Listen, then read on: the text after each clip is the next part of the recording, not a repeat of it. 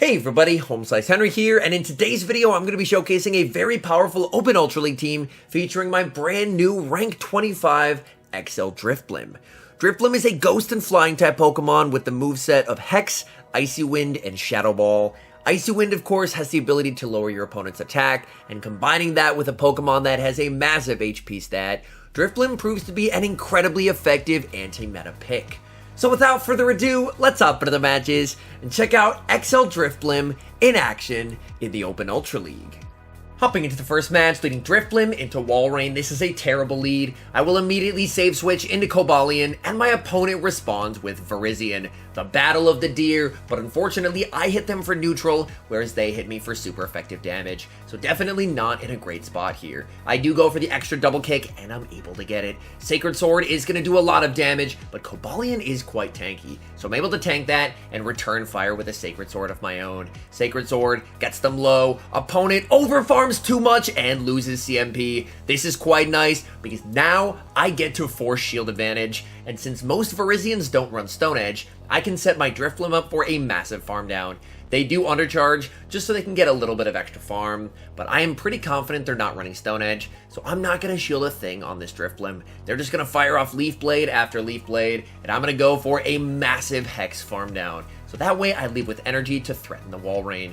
That Leaf Blade is going to land. They're going to bring back in the Walrein. I throw one Hex and then my Shadow Ball. This Shadow Ball should get them pretty close to half health. Shadow Ball gets them low. In comes Scrafty. In the back is Trevenant. And things are suddenly looking good. We lost lead and lost swap. But now we have Scrafty going up against the Walrein Trevenant core. They do commit their final shield. Unfortunately, in the Ultra League, a foul play is not going to be enough to KO the Trevenant. So they know that they can tank a foul play and just spam out these seed bombs to try and start forcing shields and get some damage off on the Scrafty. Foul play lands, but this is not in counter down range. I do survive this seed bomb though, so I am going to let that go. Seed bomb does get me quite low. This one I will have to shield up. My goal is to bank a foul play and then switch back into Drifblim. I bank the foul play, in comes Drifblim, and Walrein has the Icicle Spear ready. I will commit the shield. Since I have a big energy lead, I should be able to outpace the Walrein and get to the Shadow Ball. This will be close. Is it enough to KO? Barely not. I hex down the Walrein.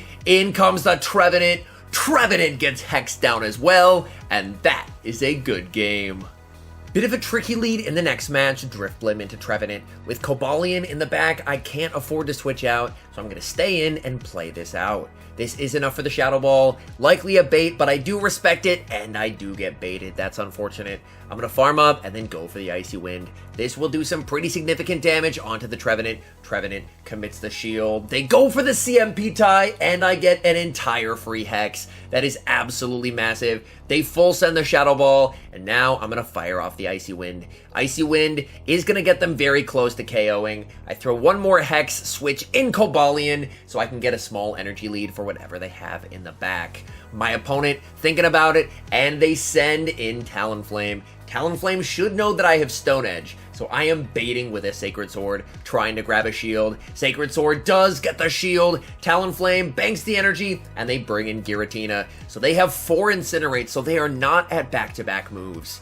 Honestly, if I can just make sure that I leave this matchup with a Stone Edge, I should be in a pretty good spot here. Giratina is going to be firing off a Shadow Sneak. Shadow Sneak gets me low, but I'm able to bank the Stone Edge and then bring in my Scrafty. Let's go. Scrafty going straight for the foul play. This foul play is going to hurt, getting the Giratina deep into the red. Giratina continues to farm. Their switch clock is going to be up soon. They fire off the first Dragon Claw. They're firing off Dragon Claw number 2, and now they should be free to bring in the Talonflame.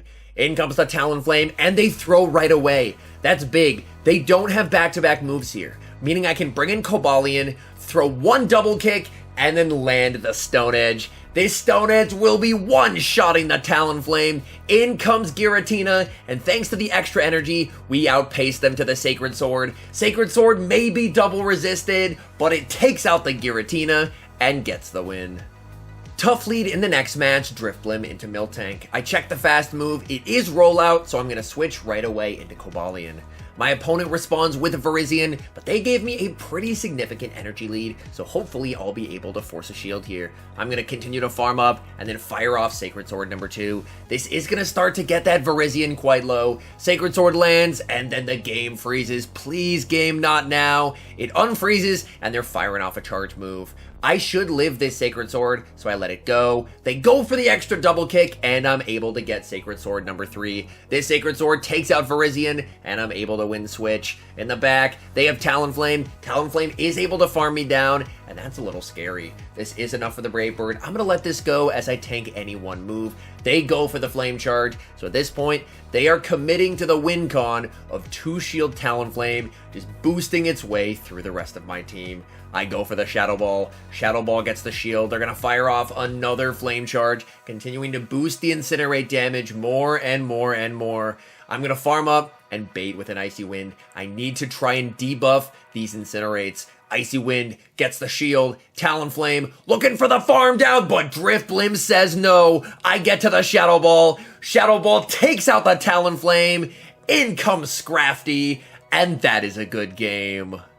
The bad leads continue in the next match, Drifblim into Snorlax. My plan is to throw one Hex and then save switch into my Cobalion. Snorlax is staying in. My guess is they're probably just trying to grab a shield advantage with a superpower. Before they're able to get there, I will fire off my Sacred Sword and deal some nice damage. Superpower would hurt, so I am going to commit the shield here as they do full send the superpower, and then they bring in Cresselia. So they did have a pretty good counter to Cobalion. They just wanted to grab a shield advantage anyway. I'm just going to fire off as many Stone Edges as I'm able to get to, but the unfortunate thing is with that lick damage, I think I might be close to double Moonblast range. First Moonblast is able to land. I will be able to reach a second Stone Edge. At the very least, this will get the Cresselia below half health, but this is still looking like an incredibly ambitious Hex down for Drifblim. I don't know if I'm going to be able to live this Moonblast.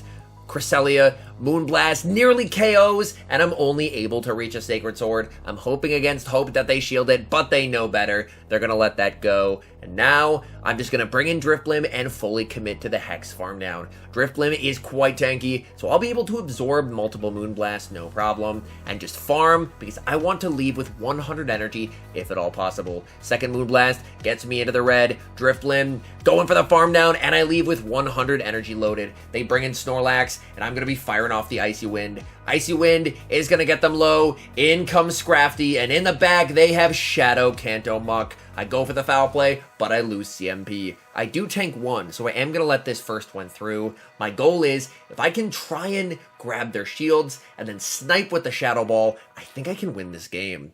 So I'm going to farm up to the foul play and then bait with the power-up punch, because I will need to get some boosted counter damage to try and put it into Shadow Ball range. Thunder Punch gets the shield. Come on, I really need this shield. Firing off the power-up punch. Power-up punch is able to land. My clock's not quite up, so I'm going to fire off another power-up punch just to get some extra chip damage, and then bring in Drifblim. In comes Drifblim. I go for the snipe, but I lose CMP. They must be an extremely attack-weighted muck to win CMP, and we lose a heartbreaking game. Hopping into the next match, picking up, you guessed it, another bad lead. Drifblim into Obstagoon. Same plan as before. I'm going to fire off a Hex and then safe switch into Cobalion. I tank any one move here. They actually go for an Obstruct, and then they bring in a Shadow Gyarados, and this is not a response to Cobalion whatsoever. I'm going straight for the Stone Edge. Stone Edge does get shielded. I tank this Aqua Tail, even at -1, so I'm going to let this go and then just commit to the Stone Edge. I am very low. Cobalion able to get to the Stone Edge. Are they willing to give me their final shield here? Cobalion, Stone Edge, one-shots the Shadow Gyarados, and I take switch. I bring in Scrafty right away. These counters shredding through Obstagoon, and since they're running Obstruct, I know I don't have to shield anything here. They go for the Obstruct. In the back, they have Pidgeot. Now, Pidgeot is a bit scary, but this is where having Icy Wind is incredibly helpful on Drifblim. I'm going to fire off the Icy Wind. Icy Wind lands and gets that ever-important attack drop. Even if they go for a Brave Bird here, I survive it, and they do. That does get me very low, and I'm going to fire off another Icy Wind, continuing to lower the amount of gust damage they're able to do. They commit the shield. Pidgeot trying to go for the farm down, but Drifblim does not allow it. Getting to one final Icy Wind, taking out the Pidgeot. In comes Obstagoon. Opponent sees the writing on the wall and concedes the match. Great lead in the next match, Drifblim into Venusaur. My opponent save switches into Shadow Swampert, and I don't have a great counter swap, so I'm just going to stay in here with Drifblim for now. I'm going to tank a Hydro Cannon and then go for the Shadow Ball. I'm thinking that they may expect an Icy Wind here, so I'm going to full send it. Shadow Ball is able to land, and now I can bring in Scrafty to farm down. I'm hoping they're not going to be able to reach an Earthquake, but I believe they were just able to get there, and an Earthquake does so much damage from a Shadow Swampert.